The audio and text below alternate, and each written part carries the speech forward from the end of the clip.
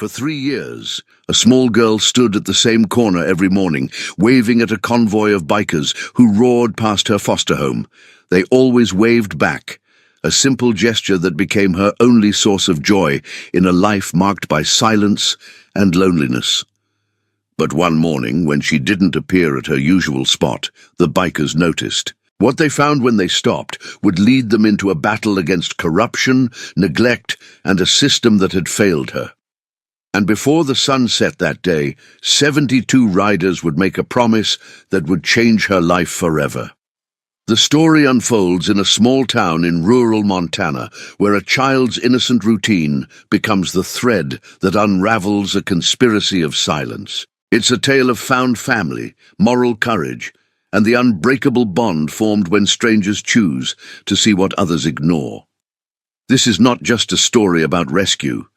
It's about the power of showing up, the weight of a promise kept, and the redemption that comes when broken people decide to protect the innocent. At its core, this is a narrative about visibility, a little girl who thought no one truly saw her, a group of scarred men and women who understood what it meant to be invisible, and the moment when recognition became action, when a wave became a vow. The bikers didn't know her name, they didn't know her story, but they knew the look in a child's eyes when hope is fading. And on the morning she vanished from her corner, they made a choice that would test their loyalty, their courage, and their faith in justice. What began as a welfare check became a stand against institutional indifference. What started as concern became a family forged in defiance of a system designed to forget. This is the story of Emma Rose, a 6-year-old girl whose silent waves carried a plea no one heard until it was almost too late. And this is the story of the Iron Valley Riders, a brotherhood bound not by blood, but by the shared understanding that some promises are worth any cost. If you're watching from Montana or anywhere in the heartland, drop your state in the comments. Let's see where this story hits home. The sun hadn't fully cleared the ridgeline when the rumble started. It came from the east, rolling through the valley like distant thunder, a sound that had marked the passage of time in the small town of Hollow Creek for as long as anyone could remember. 12 motorcycles, sometimes 15, engines tuned to perfection, exhaust notes harmonizing in a symphony of American iron and gasoline. At 6:47 every weekday morning, they passed the corner of Maple and 4th Street. And at 6:47 every weekday morning, she was there. Emma Rose Bennett, 6 years old, stood on the cracked sidewalk in front of the 2-story foster home with peeling yellow paint. Her sneakers were too big. Her jacket was too thin for the October chill. But her smile, when the bikes appeared, was exactly the right size. She waved with both hands, jumping slightly, her blonde hair catching the early light. And every single rider waved back. It had started 3 years ago, when she was barely old enough to stand at the curb alone. The first time, it had been an accident, a toddler's random gesture toward noise and motion. But the lead rider, a man named Marcus Hawk Brennan, had lifted 2 fingers off his handlebar in acknowledgement. The little girl had lit up, like someone had handed her the sun. The next morning she was there again, and the morning after that. Hawk had ridden these roads for 17 years, ever since he'd come back from Kandahar with a Purple Heart and a limp he refused to acknowledge. He knew every pothole, every stop sign, every face that appeared in windows as the convoy passed. But the little girl on Maple Street had become something more than scenery. She had become a responsibility he didn't know he'd accepted. "She's there again," said Paulie Rodriguez, riding beside him. His voice crackled through the helmet comm. 3 years, never misses a day. "Rain or shine," Hawk replied, his tone flat, but his eyes sharp behind his visor. They rounded the corner. There she was, small, shivering slightly, but smiling. Her wave was frantic, desperate almost, as if she feared they might not see her this time. Every rider lifted a hand, some honked. A few revved their engines, and her grin stretched wider. Then they were past, and she became a memory in their mirrors. "You ever wonder about that kid?" asked Reese, a former Marine who rode tail position. His voice was quieter than usual. Hawk didn't answer immediately. He downshifted as they approached the highway, the bike growling beneath him. Every damn day. "Foster home, right?" Paulie said. "That yellow house. Saw a state van there once." "Yeah." Hawk's jaw tightened. He knew that look on a kid's face. The one that said the wave wasn't just friendly. It was a lifeline, a confirmation that someone, anyone, saw her. They rode in silence after that, the convoy splitting off at various exits as riders peeled away toward construction sites, garages, and warehouses. Hawk worked at an auto body shop on the north side. Paulie managed a landscaping crew. Reese did private security, but every morning they were brothers on the road. And every morning they waved at the little girl who waited. That afternoon, Hawk sat in the shop's office, grease under his nails, invoice paperwork spread before him. His phone buzzed, a text from Paulie. Saw her again this evening. Walking alone on 4th. No adult. Looked lost. Hawk stared at the message. Kids walked alone sometimes. It wasn't necessarily a red flag, but something about the timing felt wrong. It was past 7. The sun was setting, and the yellow house was 2 miles from the nearest school. He typed back, "Keep an eye out tomorrow morning." The response came immediately, already planning on it. That night, Hawk couldn't sleep. He lay in his small apartment above the shop, staring at the ceiling, listening to the hum of the refrigerator and the distant sound of trains. His mind kept returning to the little girl's face, the way her smile never quite reached her eyes, the way she clutched her jacket closed even on warm days. He'd seen that look before, in Kandahar, in the faces of children who'd learned to survive by becoming invisible. At 6:30 the next morning, Hawk was on his bike before the sun crested the hills. Paulie and Reese were already at the meeting point, engines idling. They didn't need to say anything. They all knew why they were early. The convoy formed, 9 riders today, a smaller group than usual. They took the familiar route, passing shuttered gas stations and fields, turning gold in the autumn light. At 6:46, Hawk slowed as they approached Maple Street, his eyes locked on the corner. The sidewalk was empty. Hawk throttled down, his bike rumbling to a near idle as the convoy rolled past the yellow house. The corner where Emma always stood was vacant, just cracked pavement, a faded stop sign, and morning shadows stretching long. "She's not there," Reese said through the comm, his voice edged with something that sounded like worry. "I see that." Hawk's response was clipped. He scanned the windows of the foster home, curtains drawn, no movement. The house looked the same as always, neglected, tired, like a building that had stopped caring about appearances decades ago. "Could be sick," Paulie offered, though his tone suggested he didn't believe it. "Could be." Hawk accelerated slightly, leading the group forward, but his mind stayed fixed on that empty corner. 3 years without missing a single morning. Rain, snow, summer heat. She'd been there. Always. They continued toward town, but the rhythm of the ride felt off. The usual easy camaraderie was replaced by a tense silence. At the highway junction, Hawk made a decision. "I'm doubling back after work," he said into the comm. "Welfare check." "I'll ride with you," Reese replied immediately. "Make it 3, Paulie added. No one questioned it. They all understood the unspoken rule of the road. You don't ignore your gut when a kid is involved. The day dragged. Hawk moved through his work on autopilot, replacing a bumper, buffing out scratches, answering customer questions. But his thoughts kept circling back to Emma, the way she'd wave with such desperate enthusiasm, the way her sneakers were always worn down at the heels, the way she never had anyone standing with her. At 4:15, he locked up the shop early. Reese and Paulie were already waiting in the parking lot, bikes gleaming under the late afternoon sun. "Let's go," Hawk said, swinging his leg over the saddle. They rode in formation, 3 abreast where the road allowed, single file through the narrower streets. The town slipped past, the diner where they sometimes grabbed coffee, the hardware store with its faded awning, the elementary school with its empty playground. Maple Street appeared quiet. too quiet.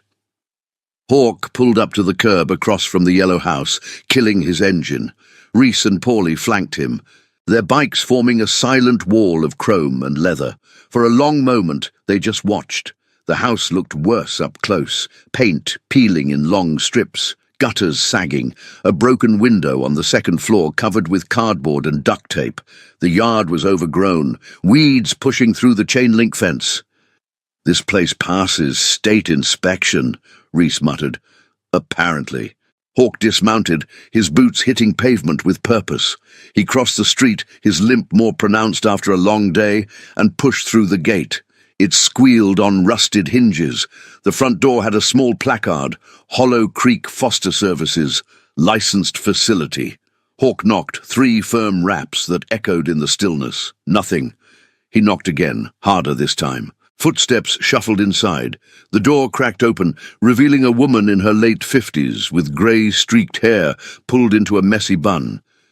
Her expression shifted from irritation to wariness when she saw Hawk, 6'2", broad-shouldered, tattoos visible beneath his rolled sleeves. "Help you?" Her tone was flat, unwelcoming. "I'm checking on one of the kids here," Hawk said, keeping his voice level. "Little blonde girl, about 6. She usually waves at us when we ride by in the mornings. She wasn't there today."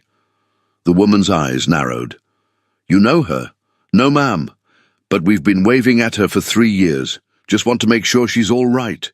She's fine." The woman moved to close the door. Hawk put his boot against the frame, not aggressive, but firm.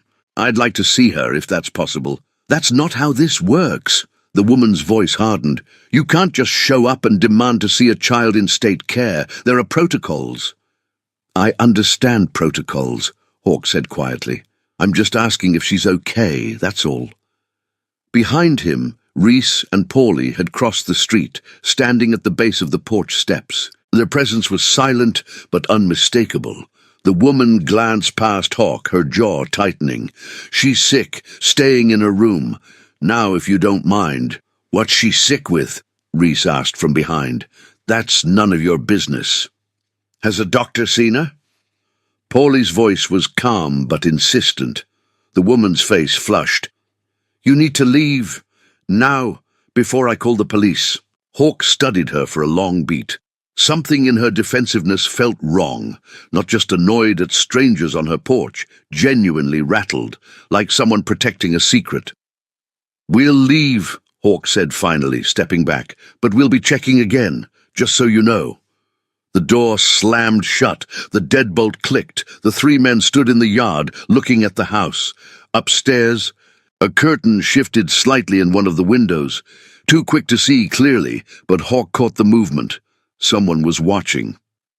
"That didn't feel right," Reese said as they walked back to their bikes. "No, it didn't." Hawk pulled on his helmet. "Something's off." "So what do we do?" Paulie asked. Hawk looked back at the yellow house. The curtain was still now, but he couldn't shake the image of that small shift, a child's hand, maybe, pulling fabric aside for just a second. "We come back tomorrow morning," he said. "And if she's not on that corner again, we make some calls." They mounted up and rode away, engines rumbling in unison, but as they left Maple Street behind, none of them felt settled. A little girl who'd waved every morning for 3 years had vanished, and the woman at the door had been scared. Watching from your hometown? Let us know where you're tuning in from. 5:30 p.m. Mountain Time, and this story's just getting started. By 6:45 the next morning, the convoy had grown. Word had spread through the crew overnight, texts, phone calls, a few conversations at Rico's bar, where some of the riders gathered after work. The little girl who waved hadn't been seen. Something felt wrong. 14 bikes rolled down Maple Street that morning, twice the usual number. Hawk led, his eyes fixed on the corner. The sun was just breaking over the hills, casting long shadows across the pavement. He slowed as they approached. Empty again. 2 days, Paulie said through the comm, his voice tight. Hawk didn't respond. He pulled to the curb, the entire convoy stopping behind him in a rumbling line of chrome and exhaust. He killed his engine. One by one, the others did the same. Silence settled over the street, the kind of silence that felt heavy, expectant. Hawk dismounted and walked to the yellow house. This time he didn't knock. He stood on the sidewalk, arms crossed, staring at the front door. Behind him, 13 riders formed a loose semicircle, their presence unmistakable. The door didn't open. "She's in there," Reese said quietly. "I can feel it." "So can I." Hawk pulled out his phone and dialed the County Child Services hotline. He'd looked up the number the night before, lying awake in his apartment, unable to shake the feeling that something was very wrong. The call connected. A pleasant, automated voice guided him through options. He pressed 0 for an operator. "Child Protective Services, this is Sandra. How can I help you?" "I need to report a welfare concern for a child in foster care," Hawk said, his voice steady. "Hollow Creek, 412 Maple Street." There was a pause. Keyboard clicks. "And what is the nature of your concern?" "A 6-year-old girl who lives there hasn't been seen in 2 days. The foster parent claims she's sick, but won't allow anyone to verify her condition." "Are you a family member?" "No." "A teacher or medical professional?" "No, I'm a concerned citizen." More keyboard clicks. "Sir, I appreciate your concern, but we can't act on anonymous reports without specific evidence of abuse or neglect. Has the child expressed distress to you directly?" Hawk's jaw tightened. "She's 6 years old, and she hasn't left the house in 2 days. The foster parent was evasive and defensive when asked about her. Has the child missed school? I don't know. Has anyone witnessed physical harm? No, but, sir, without concrete evidence, we can't initiate an investigation. If you witness something specific, visible injuries, unsafe living conditions, evidence of abuse, please call back with that information." The line went dead. Hawk stood there, phone in hand, staring at the screen. Around him, the other riders waited. "What did they say?" Paulie asked. "They need concrete evidence." Hawk's voice was flat, controlled. "Won't do anything without it." "Of course they won't," Reese muttered. "System's broken. Always has been." Hawk pocketed his phone and turned back to the house.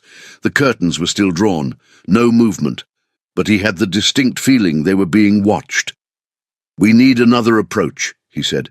"Like what?" asked Tommy Vasquez, a younger rider who worked construction. "We can't force our way in." "No, but we can make noise."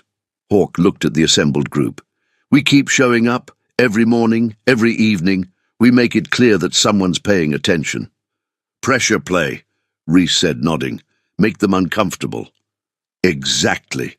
Hawk mounted his bike. "Spread the word.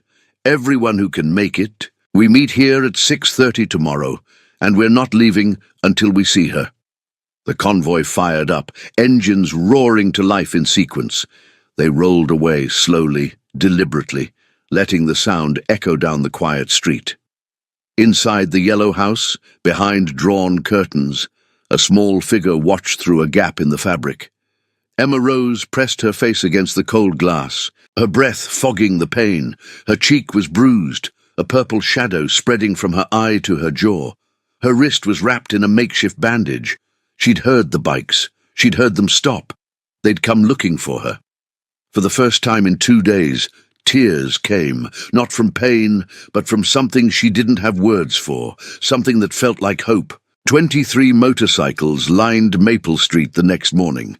The convoy stretched half a block, parked in perfect formation, engines idling in a synchronized rumble that vibrated windows and rattled loose siding on the yellow house. Hawk stood at the center, arms crossed, eyes fixed on the front door. He hadn't slept more than 3 hours. None of them had. The call had gone out the night before. A simple message through the crew's group chat. "Little girl needs eyes on her. Maple and 4th. Dawn. Bring everyone." They'd come. Mechanics and warehouse workers, veterans and truck drivers, men and women who understood what it meant to stand for someone who couldn't stand for themselves. "Still nothing," Paulie said, checking his watch. 6:55. Give it time. Hawk's voice was calm, but his hands were clenched. At 7 o'clock, the front door cracked open. The same woman from 2 days ago stepped onto the porch, her face tight with anger. She wore a faded bathrobe and slippers, her hair uncombed. "You people need to leave," she called out, her voice shrill. "Right now. This is harassment." Hawk stepped forward, stopping at the property line. "We're on a public street, ma'am, not breaking any laws. You're disturbing the peace. I'm calling the police." "Go ahead." Hawk's tone didn't change. "We'll wait." The woman's face reddened. She glared at the assembled riders, then retreated inside, slamming the door hard enough to shake the frame. "That went well," Reese muttered. "She's scared," said Diane Kowalski, one of the few female riders in the group. She worked as an ER nurse and had eyes that missed nothing. Guilty people get defensive. Innocent people explain. 15 minutes later, a county sheriff's cruiser pulled up, lights off, but presence unmistakable. Deputy Carson Hayes stepped out, mid-40s, solid build, mustache gone grey. He surveyed the scene with a cop's practiced neutrality. "Morning, Hawk," he said, walking over. They knew each other from the VFW hall. Carson: "Got a complaint about noise and harassment." Hayes glanced at the bikes. "Care to tell me what's going on?" "Welfare check," Hawk said simply. 6-year-old girl who lives in that house hasn't been seen in 3 days. Foster parent won't let anyone verify she's okay." Hayes frowned. "You called child services?" "Yesterday.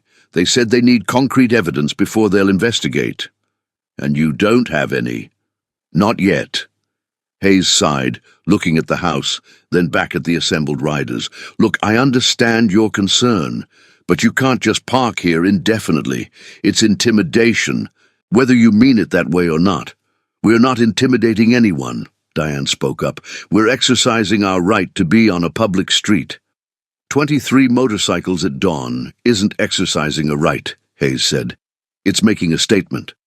"Exactly," Hawk replied. Hayes rubbed his jaw. "You're putting me in a position here." "Then do your job," Reese said from behind. "Go knock on that door. Ask to see the kid. You've got probable cause for a welfare check." "Based on what? A group of bikers who think she should be waving at them?" "Based on a pattern disruption and a defensive caregiver," Diane said. "You're law enforcement. You know the signs." Hayes was quiet for a long moment. Then he turned toward the house. "Stay here, all of you." He walked up the path and knocked, official, authoritative. The door opened faster this time. The woman appeared, her expression shifting when she saw the uniform. "Deputy," she said, her voice instantly more controlled. "Morning, Mrs. Brennan. I need to do a quick welfare check on the children in your care. This is ridiculous. Those people have been harassing me. Ma'am, this is standard procedure. Won't take but a minute." Mrs. Brennan hesitated, her jaw working. Then she stepped aside. "Fine, but this is highly irregular." Hayes disappeared inside. The riders waited, engines off now, the street eerily quiet. Hawk's heart hammered in his chest. This was it, the moment that would either confirm their suspicions or make them look like paranoid vigilantes. 5 minutes passed, then 10. When Hayes emerged, his expression was unreadable. He walked back to the street, stopping in front of Hawk. "The girl's inside," he said quietly. "She's got a black eye and a sprained wrist." Hawk's blood went cold. "What did the woman say?" "Claims the kid fell down the stairs 2 days ago, took her to urgent care, got x-rays, no fracture, just a sprain. She's been keeping her home from school to let the bruising fade." "You believe that?" Reese asked, his voice hard. Hayes looked back at the house. "Doesn't matter what I believe. Medical report backs up the story. There's documentation." "Can we see her?" Diane asked. "No, and you need to clear out before this becomes a legal issue." Hawk didn't move. "Is she safe in there?" Hayes met his eyes. "Officially, yes. The injury's documented, the home is licensed, and there's no evidence of ongoing abuse." "Officially," Hawk repeated. "That's all I can give you." Hayes lowered his voice. "But I'll be following up, random checks, and I'll make sure Child Services knows there's community concern." It wasn't enough. Hawk knew it wasn't enough, but it was something. "All right," he said finally. "We'll go." The riders mounted up, engines firing in sequence. As they pulled away, Hawk glanced back one last time. In the upstairs window, barely visible through a gap in the curtains, he saw her. Emma rose, small and bruised, watching them leave. Their eyes met for just a second, and in that second Hawk made a silent promise. "We're not done." 3 days later, Diane Kowalski walked into Hawk's auto shop carrying a manila folder and an expression that said she'd found something. "Got a minute?" she asked, closing the door behind her. Hawk looked up from the engine block he was rebuilding. "Always. What have you got?" Diane set the folder on the workbench. "I did some digging. Called in a favor with a friend who works in county administration." She opened the folder, revealing photocopied documents. "This is the file on the Maple Street foster home. Public record, technically, but not easy to access." Hawk wiped his hands on a rag and leaned over the papers. "What am I looking at?" "Red flags." Diane pointed to a highlighted section. "The home is licensed for 4 children. There are currently 7 living there." "Overcrowded." "Very. And look at this." She flipped to another page. 3 complaints filed in the last 18 months. Anonymous reports about inadequate supervision, insufficient food, and 1 allegation of physical discipline that crossed the line into abuse. "What happened with those complaints?" "All closed without action. Insufficient evidence. The home passed its inspections." Hawk's jaw tightened. How does an overcrowded home with multiple complaints keep passing inspections? Diane met his eyes. "That's the question, isn't it? I did more digging. The caseworker assigned to that home is Rachel Brennan. Same last name as the foster mother. Her daughter-in-law, married to her son, who lives in Billings." Hawk swore under his breath. "That's a conflict of interest." "It is, and it's illegal, but unless someone files a formal complaint with documentation, nothing happens." "We need more than this," Hawk said, studying the papers. "We need something concrete, something that forces them to act." "Like what?" Hawk was quiet for a moment, thinking. Then he pulled out his phone and scrolled through his contacts. "I know someone. Used to work military intelligence before he went private. Does surveillance work now, insurance fraud, that kind of thing. He owes me a favor." "You want to surveil the house?" "I want to document what's actually happening in there. Video, photos, timestamps. If that place is overcrowded and those kids aren't being properly cared for, we'll have proof." Diane nodded slowly. "That's a risk. If you get caught—" "I won't." Hawk was already dialing. "But we're running out of options. That little girl has been in that house for God knows how long, and the system isn't protecting her." The call connected. "Jake, it's Hawk. I need your help with something. How fast can you get to Hollow Creek?" 2 days later, a nondescript grey sedan parked 3 houses down from the yellow foster home. Inside, Jake Mercer, 41, former Army intelligence, now a licensed private investigator, set up a long-range camera with a telephoto lens. "This is what we're looking for," Hawk said from the passenger seat, showing Jake a photo of Emma on his phone. Someone in the crew had snapped it months ago during one of their morning rides, a small blonde girl waving enthusiastically at the camera. "Got it," Jake said. "I'll document everyone who enters and exits, along with timestamps. If the home's overcrowded, we'll have visual proof. If there's neglect or suspicious activity, we'll catch it." "How long can you stay?" 72 hours continuous. After that, I'll need a break, but I can come back." "Do it!" Hawk handed him an envelope with cash. "Whatever you find, text me immediately." Jake nodded. "You're doing the right thing, Hawk. System should have handled this, but since they didn't—" He trailed off, adjusting his camera. "Someone's got to." Hawk left him there and rode back to the shop. For the next 3 days, he worked, slept poorly, and waited for Jake's updates. They came in fragments. Day 1, 7:15 a.m. 7 children confirmed. Ages range from approximately 4 to 12. No adults visible supervising morning routine. Day 1, 12:40 p.m. Foster mother left in personal vehicle. Children alone in house for 3 hours. Day 2, 8:20 a.m. Your target, blonde girl, age 6, spotted briefly at window. Visible bruising on face still present. Day 2, 6:50 p.m. Argument observed through window. Foster mother physically grabbed one of the older children, unable to capture clear video due to curtain obstruction. Day 3, 11:05 a.m. Child services vehicle arrived, scheduled inspection. Foster mother had children cleaning frantically for 2 hours prior. Inspection lasted 22 minutes. On the evening of the third day, Jake called. "I've got enough. Video, photos, timestamps, clear evidence of overcrowding, inadequate supervision, and at least one instance of physical aggression. Send it all to me," Hawk said, "and I need you to write up a report. Professional, documented, something we can submit to the state." "Already on it. Should have it to you by tonight." Hawk hung up and stared at his phone. They had evidence now, real, documented proof. But the question remained, who would they give it to? The local child services office was compromised. Deputy Hayes had already done what he could within legal bounds. They needed someone higher up, someone who couldn't ignore this. Hawk opened his laptop and started researching. Montana Department of Public Health and Human Services, State Child Welfare, Ombudsman, every oversight body he could find. By midnight he had a list.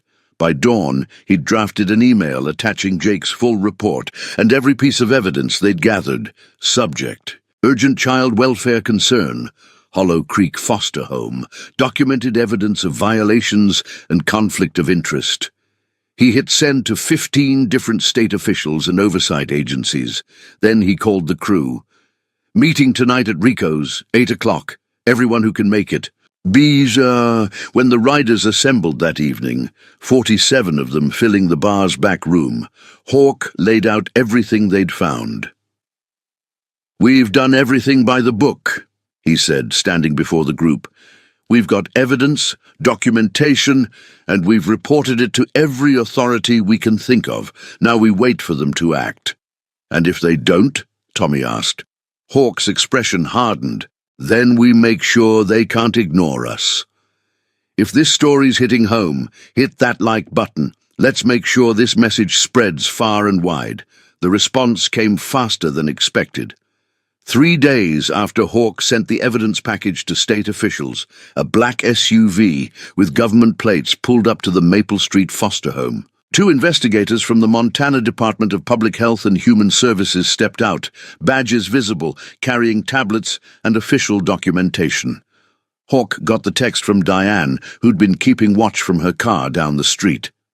"State investigators just arrived. It's happening." Within 30 minutes the crew had assembled. Not all of them. Some were at work, some too far away, but enough. 19 bikes lined the street, their riders standing in silent formation on the sidewalk across from the house. They weren't there to interfere. They were there to witness. The foster mother, Mrs. Patricia Brennan, answered the door with the same defensive hostility she'd shown before, but it evaporated when she saw the badges. The investigators entered without invitation.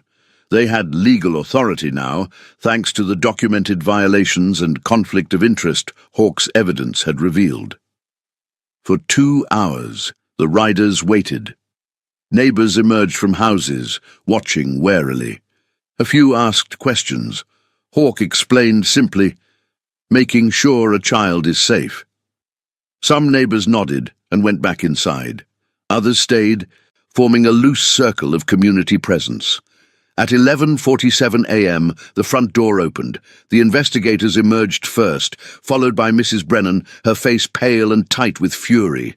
Behind them came the children, 7 in total, carrying small bags, looking confused and frightened. Emma Rose was among them, small, blonde, still bearing the fading yellow-green shadow of a bruise on her cheek. She clutched a worn, stuffed rabbit to her chest. When she saw the motorcycles, she stopped. Her eyes went wide. Hawk stepped forward slowly, staying on the sidewalk, not crossing into the yard. He knelt down to her eye level 20 feet away. "Hey there," he said quietly. "Remember us?" Emma nodded, speechless. "We've been looking out for you." Hawk's voice was steady, gentle. "You're going to be okay now." One of the investigators, a woman in her 50s with kind eyes and steel in her posture, approached Hawk. "You, Marcus Brennan?" "That's me.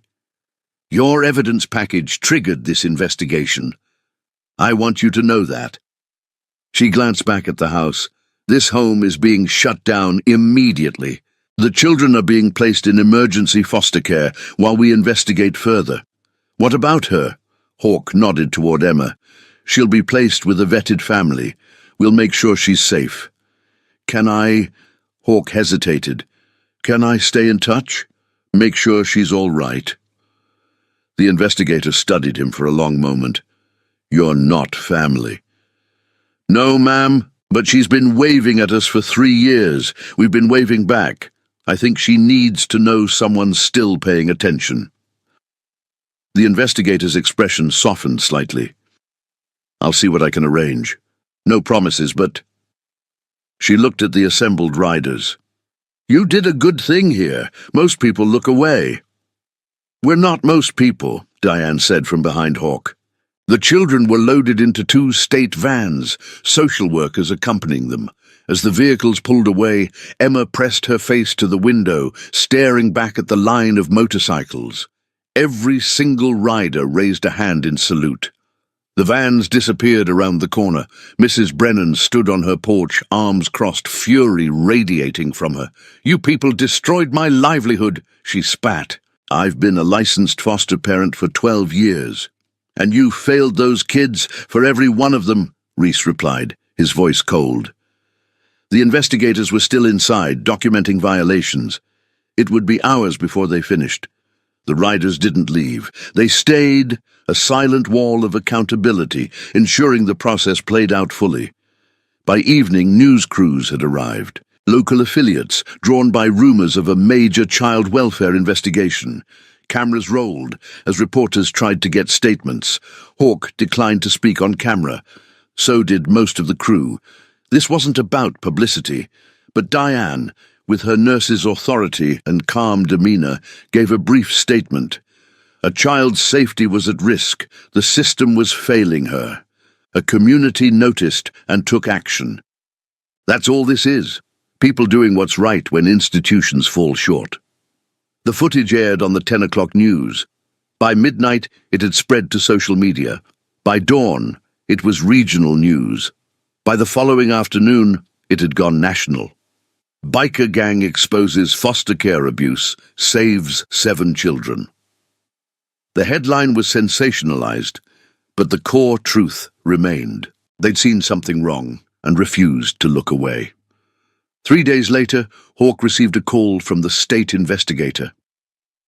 "I wanted to give you an update. Emma Rose has been placed with a foster family in Missoula. A couple in their 40s, no other children in the home. They've been vetted thoroughly. She's safe." "Can I visit her?" A pause. "The family has agreed to supervised visits if you'd like to maintain contact. They understand what you did, and they're grateful." Hawk felt something tight in his chest loosen. "Thank you." "No, Mr. Brennan, thank you." The house in Missoula sat on a quiet street, lined with maple trees, turning gold in the October light.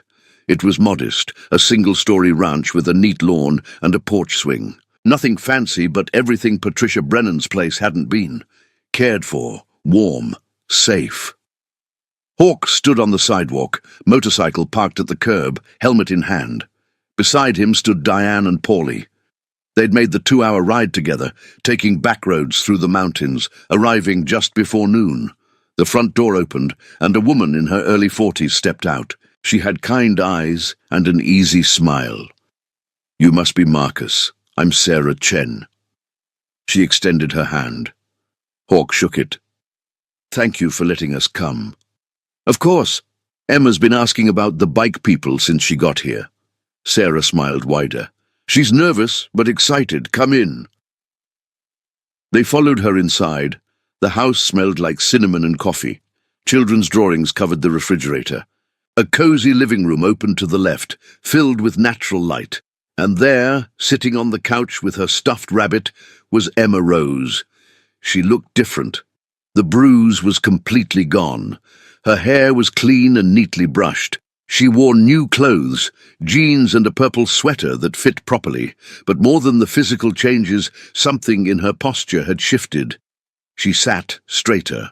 Her eyes, though still cautious, held a spark that hadn't been there before.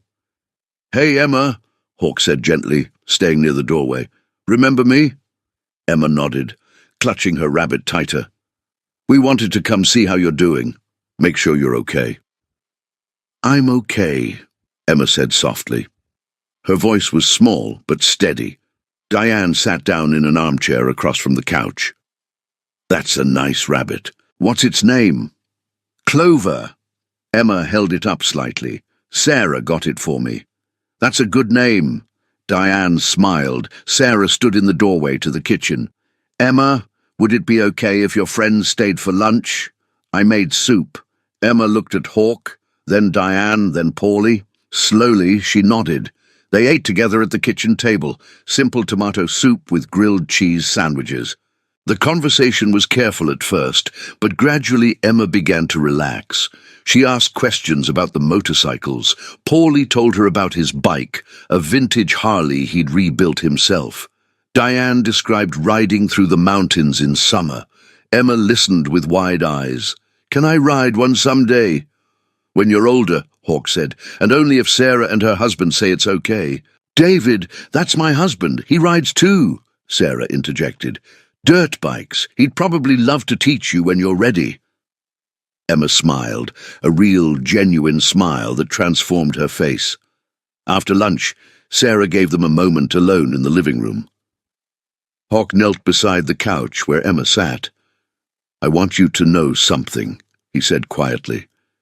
"You did nothing wrong. What happened at the other house? None of that was your fault."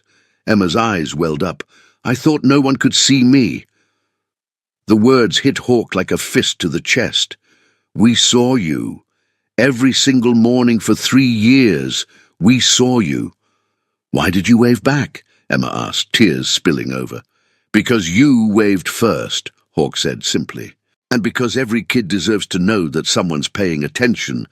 Emma launched herself forward, wrapping her small arms around Hawk's neck. He held her carefully, this tiny girl who'd stood on a corner every morning just hoping to be seen. "We're going to keep checking on you," Hawk murmured. "If that's okay with you and Sarah, we won't disappear." "Promise." Emma's voice was muffled against his shoulder. "Promise." When they finally left, Emma stood on the porch with Sarah, waving. Not the frantic, desperate wave from the yellow house. This was different, confident, joyful, free. The riders waved back, then fired up their bikes and pulled away. "She's going to be all right," Diane said through the helmet comm as they rode. "Yeah," Hawk replied. "She is."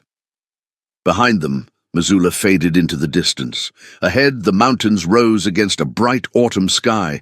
They rode in companionable silence, 3 among dozens who'd chosen to see what others ignored. A little girl had waved every morning for 3 years, and finally someone had stopped.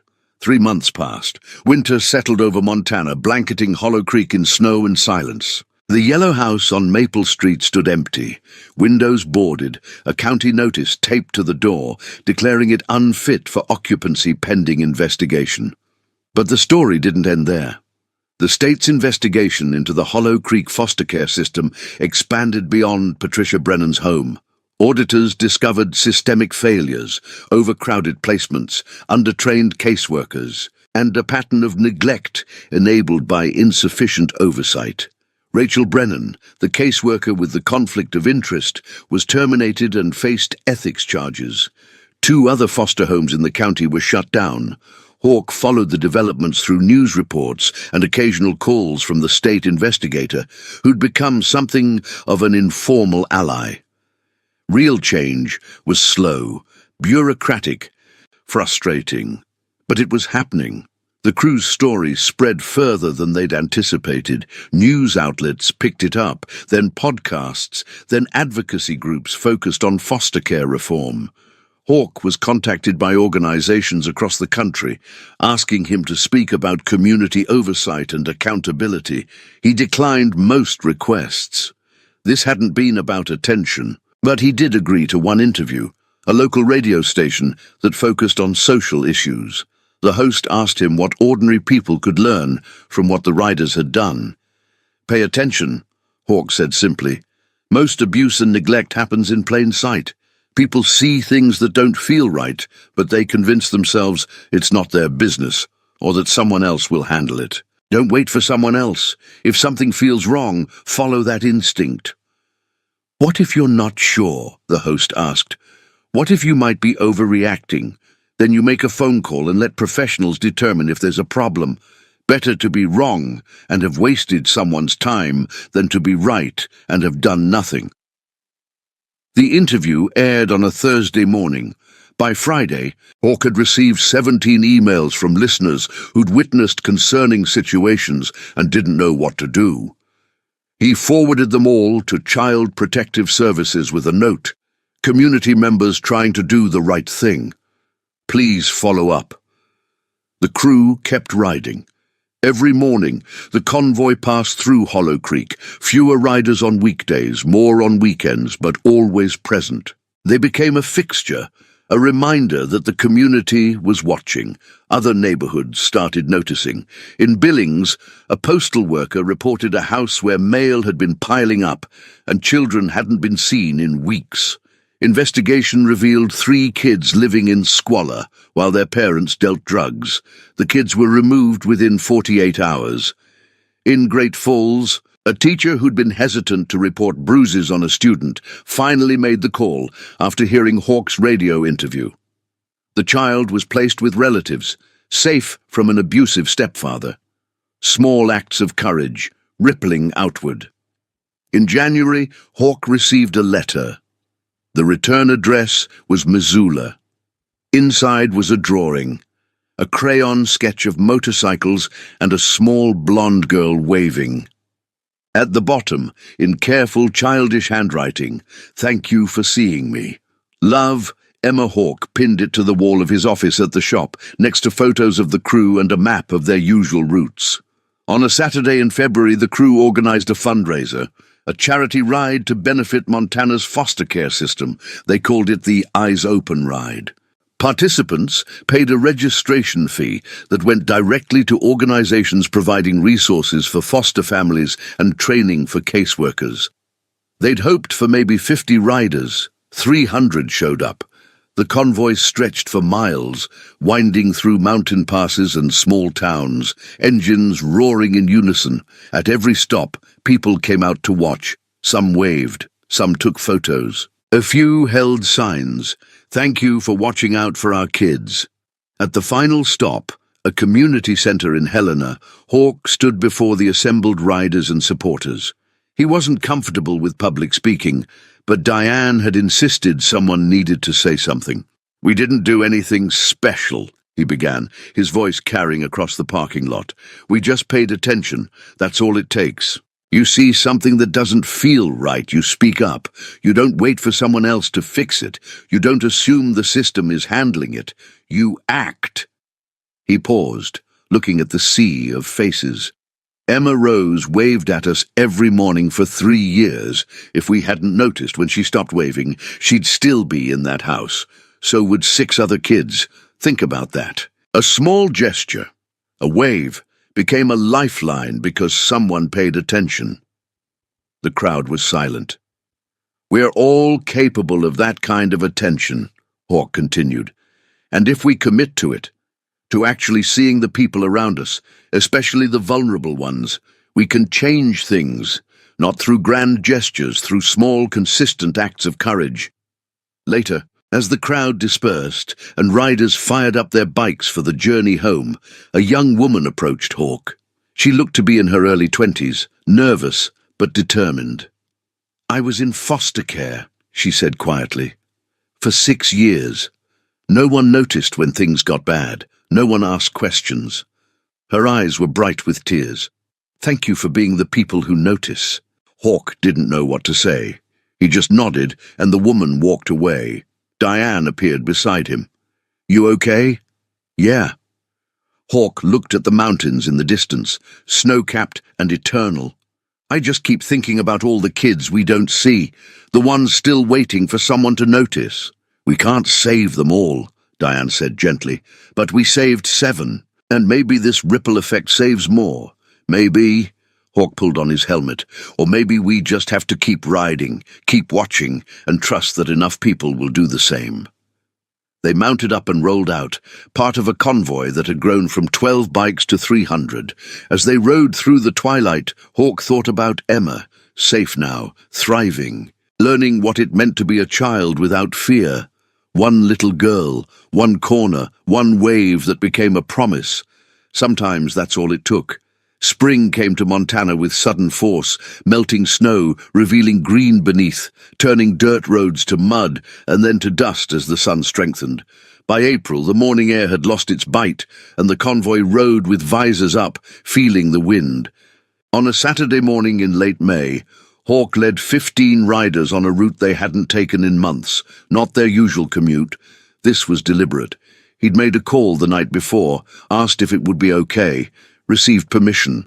They were going back to Maple Street, not to the yellow house that had been demolished 2 months prior, the lot cleared, dirt graded flat. The county had seized the property as part of the legal proceedings. Eventually, it would be sold, rebuilt, given a new purpose. But for now, it was just empty ground. They weren't going there. They were going to the corner. At 9:00 a.m., the convoy pulled onto Maple Street and stopped at the intersection of 4th. Hawk killed his engine. One by one, the others did the same. They dismounted and stood in the street, helmets off, facing the sidewalk where Emma had stood every morning for 3 years. A minivan pulled up. Sarah Chen stepped out, followed by her husband David, a lean man in his 50s with greying hair and kind eyes. From the back seat emerged Emma Rose. She wore jeans, sneakers that fit, and a bright yellow jacket. Her blonde hair was pulled back in a ponytail. She looked healthy, strong, but more than that, she looked present, like a child who knew she belonged in the world. When she saw the motorcycles, her face lit up. "Hawk!" She ran across the grass, and he caught her as she launched herself at him. "Hey, kiddo!" He hugged her, then set her down. "You've gotten taller. And Sarah says I grew 2 inches since January." Emma beamed with pride. "And I learned to ride a bike, a regular bike," she added quickly. "Not a motorcycle yet." "That's a good start." Hawk knelt to her level. "We wanted to bring you back here, to this corner. Is that okay?" Emma's smile faltered slightly. She looked at the empty lot where the yellow house had been, then back at the sidewalk. "Why?" "Because this is where you were brave," Hawk said quietly. "Every morning, you stood here and waved. Even when things were bad, you kept showing up. That takes courage." Emma was quiet for a moment. "I didn't feel brave. The bravest people usually don't." Diane had walked over, standing beside Hawk. "Bravery isn't not being scared. It's being scared and doing the thing anyway." "You waved at strangers every single day for 3 years, Paulie added. "That's brave." Emma looked around at the assembled riders. Some she recognized, some she didn't. They were all watching her with something in their eyes that she was still learning to identify, respect. "Can I stand there?" she asked, pointing to the corner. "Like I used to?" "That's why we're here," Hawk said. Emma walked to the curb, the same spot where she'd stood countless mornings. Sarah and David stayed back, giving her space, but staying close. Emma turned to face the street, looking at the line of motorcycles and riders. She raised both hands and waved. Every single rider waved back. Then, simultaneously, they mounted their bikes. Engines fired in sequence, a rolling thunder of sound that echoed down the street. They didn't leave immediately. They sat there, revving gently, letting Emma see what she'd seen hundreds of times before. The crew, ready to ride. But this time was different. This time she knew what it meant. Hawk gave a hand signal. The convoy pulled forward slowly. one by one passing the corner where Emma stood. As each rider went by, they raised a hand in salute. Some honked, some called out greetings, but every single one acknowledged her. When Hawk passed, he slowed to a stop beside her. "You're part of this crew now, Emma. Honorary member. That means we've got your back, always." "Always?" Emma's voice was small. "Always." Hawk rode on, the convoy following.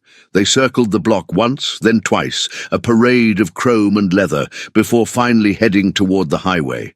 As they accelerated away, their engines roaring in harmony, Emma stood on that corner and waved until they disappeared from sight. Sarah walked over and put a hand on Emma's shoulder. "You okay, sweetie?"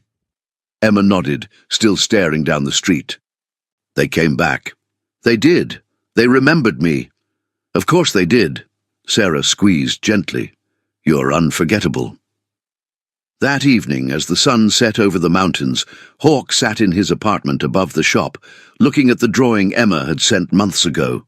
His phone buzzed, a text from Sarah. "Thank you for today. Emma keeps talking about her crew. You gave her something she didn't have before, the knowledge that people show up, that she matters. I can't thank you enough." Hawk typed a reply. "She's always mattered. We just made sure she knew it." He set the phone down and walked to the window.